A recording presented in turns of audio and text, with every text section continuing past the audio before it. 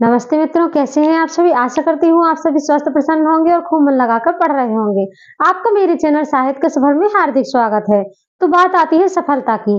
चूंकि मैं प्रतिदिन सफलता की बात करती हूँ, जरूरी भी है। आज के युग में सफलता पाना एक एक प्रत्येक व्यक्ति को बहुत ही जरूरी है। उसके जीवन को संवारने के लिए सफलता पाना अति आवश्यक है। इसलिए सफलता की बात जो है वह बहुत ही जरूरी होती है। इसलिए मैं प्रतिदिन आपको यहाँ पर मोटिवेट करती हूँ कि किस प्रकार से आप अपनी जिंदगी को बदल सकते हैं और आप सफल हो सकते हैं। तो आज हम चलते हैं, सोचते लोगों के कमेंट आते हैं कि कहते हैं मैम मैं इतना सोचती हूँ, मैं उतना सोचती हूँ, पर मैं कुछ कर नहीं पा रही हूँ। तो इसी बात को आज हम कहने वाले हैं कि आप कुछ क्यों नहीं कर पा रहे हैं। आपको अपने आप को सबसे पहले आपको एक दृढ़ निश्चय बनाना है। आपको कुछ करने के लिए जो मन में आपने ठाना है, उसके लिए आपको सबसे पहले एक दृढ़ निश्चय बनाना है। चलिए, माना कि आप दिन भर के काम करके रात को जब सोने के लिए जाते हैं तो घंटों आप सोचते रहते हैं कि क्या करें, किस प्रकार से करें, कैसे अपनी जिंदगी को बदलें। आप कहीं ना कहीं अपनी जिंदगी से हताश हो चुके हैं, क्योंकि आपने इतनी पढ़ाई कर रखी है, इतनी नॉलेज होते हुए भी आप पारिवारिक परिस्थिति में आने के बाद आप इतने उलझ गए हैं कि आप एक सफलता प्राप्त नहीं कर पा रहे हैं। और कहीं ना कहीं आपके अंदर से भी मन से आवाज आ रही है कि हाँ, मुझे अपनी जिंदगी बदलना है। कुछ लोग तो इतने आलसी होते हैं कि वह कहते हैं कि जैसा चल रहा है वैसा ही सही है। दिन भर पड़े रहते हैं बिस्तर में, कुछ भी नहीं करेंगे, यहाँ तक कि सोते रहेंगे, पर उठकर अपने घर का कार्य भी नहीं कर पाते हैं। वो व्यक्ति ऐसे होते हैं कि कुछ अपने आप को आदत ऐसी बना लेते हैं कि हाँ बस यही जिंदगी है, और वो कभी सक्सेस नहीं हो पाते। वो एक ना एक दिन जिंदगी त्याग देते हैं और सफल नहीं हो पाते। लेकिन हमको उन लोगों जैसे नहीं बनना है। हमको क्या करना है कि हमें अपनी जिंदगी बदलनी है। समय रहते हमें अपनी जिंदगी बदलनी है, जो कि जरूरी है। यदि आपने सोच लिया है, सोच सोच एक आपकी ऐसी होनी चाहिए। यदि आप पढ़ने के लिए भी बैठ रहे हैं तो आप किस विषय के हैं, क्या पढ़ना चाहते हैं, आप कैसे पढ़ते हैं, आपका तरीका क्या है। मैं तो यहाँ तक कहूंगी कि आप यदि किसी भी विषय के हैं, आप उसको ऐसे पढ़िएगा कि जैसे आपका विषय जो भी हो। जैसे कि मैं अपना एग्जाम्पल दूं, मेरा विषय तो हिंदी है। हिंदी की शुरुआत होती है आदिकाल से। आदिकाल में बहुत सी रचनाएं हुई हैं, बहुत से कवि हुए हैं। किसने आदिकाल को क्या माना है, आदिकाल को किसने क्या नाम दिया है, बहुत से प्रश्न आते हैं। पहले शुरुआत में जब मैंने शुरुआत की थी तो मेरे भी पल्ले बिल्कुल नहीं पड़ते थे। मुझे भी समझ में नहीं आता था कि ये क्या है, कैसे पढ़ूं इसको। लेकिन एक चीज जो आपको ध्यान में रखनी है वह है रुचि। यदि आप अपने विषय को रुचिकर बनाकर पढ़ेंगे तो आपको उस चीज की एक एक की नॉलेज हो जाएगी। और आज मैं इसी प्रकार से पढ़ती हूँ, अपने विषय को बहुत ही विस्तार से पढ़ चुकी हूँ।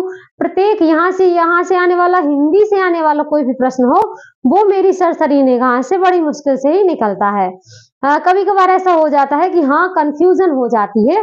बाकी यहाँ तक कि यदि आप आदिकाल, भक्तिकाल, रीतिकाल, पहले मुझे लगता था क्या है ये सब, लोग तो लिख के चले गए, क्यों पढ़ूं मैं, क्या है। राम भक्ति शाखा, कृष्ण भक्ति शाखा, रीतिकाल में आए तो ये ज्ञान मार्गी, प्रेम मार्गी, ये सब भक्ति काल में हो जाती हैं। रीतिकाल में आते हैं तो आ जाते हैं आपके ये कई धाराएं बटी थी, जैसे कि स्वच्छंद काव्य धारा। स्वच्छंद काव्य करने वाले व्यक्ति जो हुए हैं, जो कवि हुए हैं। तो इस प्रकार से जब आधुनिक युग में आते आते जब हम पढ़ते थे तो हमें पीछे का सब भूल जाता था।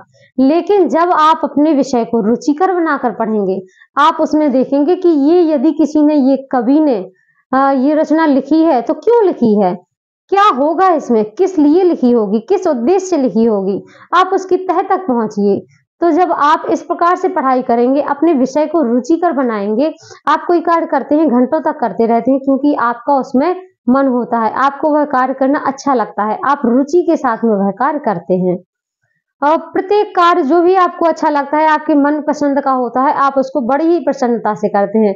वैसे ही आपको पढ़ाई भी करनी है। आप अपने पढ़ाई के जो भी आपका सब्जेक्ट रहा हो, आप उसको रुचिकर बनाइए। आप देखिए कि वहां पर आपका इंटरेस्ट जागेगा, आपको पढ़ने की उत्सुकता होगी, आप चाहेंगे कि और मैं इसके डीपली जाऊं और अच्छे से पढ़ूं। इस प्रकार से आपको अपने विषय को रुचिकर बनाना है। ये तो हुई पढ़ाई करने की बात। अब आ जाती है बात कि यदि आप पढ़ाई कर रहे हैं तो बहुत से लोग हैं जो आपको आपकी पढ़ाई के बीच में बाधा डालेंगे, आपको डिस्टर्ब करने की कोशिश करेंगे, लेकिन आपको उनको जरा भी वैल्यू नहीं देनी है। वैल्यू देने से मतलब है कि यदि उन्होंने कोई एक बात कही और आपने 2 बात कही, तो ऐसे ही उनको लगेगा कि ये मेरी बात का रिस्पॉन्स दे रहा है, ये मेरे बात के ऊपर प्रत्युत्तर कर रहा है, इसलिए उनकी जो वैल्यू है वो बढ़ जाएगी। मानने के लिए आप उदाहरण के लिए ले लीजिए, यदि आप राह चलते हैं और कुत्ते आपके साइड मुंह करके भौंक रहे हैं, कुत्ते आपके साइड मुंह करके भौंक रहे हैं और आप यदि बैठ जाएं कि ये मुझे क्या कह रहा है, आप ट्रांसलेट करने के लिए बैठ जाएं, तो ये बात आपके जीवन को डिस्टर्ब करेगी, क्योंकि उनका तो काम ही है भौंकना। आप यदि बैठ जाएं कि ये मुझे क्या कह रहा है, क्यों बोल रहा है, ये मुझे देखकर क्यों भौंक रहा है, आपको लोगों की बातों को बिल्कुल भी ध्यान नहीं देना है। अपनी जिंदगी को संवारना है, यदि आपको अपनी जिंदगी को संवारना है तो सिर्फ अपने आप से मतलब रखिए। लोगों की बातों से आपको जरा भी फर्क नहीं पड़ना चाहिए। लोग आज आपके बारे में कहेंगे, कल दूसरे के बारे में कहेंगे, कल तीसरे के बारे में। और हाँ, आपको समस्याओं से कभी भी नहीं घबराना है, क्योंकि समस्याएं जो होती हैं जब हम जन्म लेते हैं, जब से ही समस्याएं होना शुरू हो जाती हैं। कहते हैं ना कि एक जन्म लेता है जब बच्चा, तो उसे भी जन्म लेते समय भी बहुत सी समस्याएं आती हैं, कठिनाई आती हैं, उसे भी हिम्मत करनी पड़ती है। इसी प्रकार से हमें जब अपनी जिंदगी में आगे बढ़ना है तो हमें भी हिम्मत करनी होगी। हमें भी आगे बढ़ने के लिए, अपनी सफलताओं को पाने के लिए अपनी समस्याओं का अंत करना होगा। समस्याओं से कभी घबरा कर नहीं काम चलने वाला, क्योंकि समस्याएं प्रतिदिन आने वाली हैं। आपने देखा होगा कि एक जिंदगी की समस्या खत्म होती है और आगे देखते हैं तो दूसरी खड़ी मिल जाती है। दूसरी समस्या का जब हम अंत करेंगे, उसका समाधान करेंगे, तो आगे देखेंगे तो तीसरी समस्या। ऐसे ही जिंदगी जो होती है बस समस्याओं से घिरी हुई है। हमारा जीवन समस्याओं से घिरा हुआ है। कहते हैं ना कि मानव जीवन बड़ा ही अच्छा होता है, लेकिन मानव का जीवन समस्याओं से घिरा हुआ होता है। ये बात आपको अपने मन में बिठा लेनी है। और जब भी आप पढ़ाई करने के लिए बैठे तो आपको एकचित होकर पढ़ना है। अपनी जो भी शक्ति है, आप जो भी चाहते हैं, आपने जो भी लक्ष्य बना रखा है, आपको उसको पाने के लिए प्रत्येक कठिनाइयों का सामना करना पड़ेगा। लोगों की बातों में बिल्कुल भी नहीं आना है। सबको वैल्यू बहुत दे चुके हैं, अब आप अपने आप को वैल्यू दीजिए। जिस वक्त आपका जीवन सुधर गया ना, आपका जीवन बदल गया, लोग आपके पीछे पीछे आएंगे। जो आज आपके लिए मुंह चलाते हैं, आज आपके लिए कुछ ना कुछ कहते हैं, उल्टा सीधा जो लोग बोलते हैं आज आपके लिए, वह सभी के मुंह बंद करने का सिर्फ एक ही तरीका है, आपका संघर्ष। आप यदि तन्मयता से संघर्ष करते हैं तो आपकी सफलता उनका जवाब होगी। इसलिए सभी से कहना चाहूंगी कि कभी भी कठिनाइयों से मत घबराइए। सफलता पानी है तो सफल बनने के लिए आपको समस्याओं का सामना करना पड़ेगा। कभी भी घबराइए मत कि मेरी जिंदगी में ही इतनी समस्याएं हैं।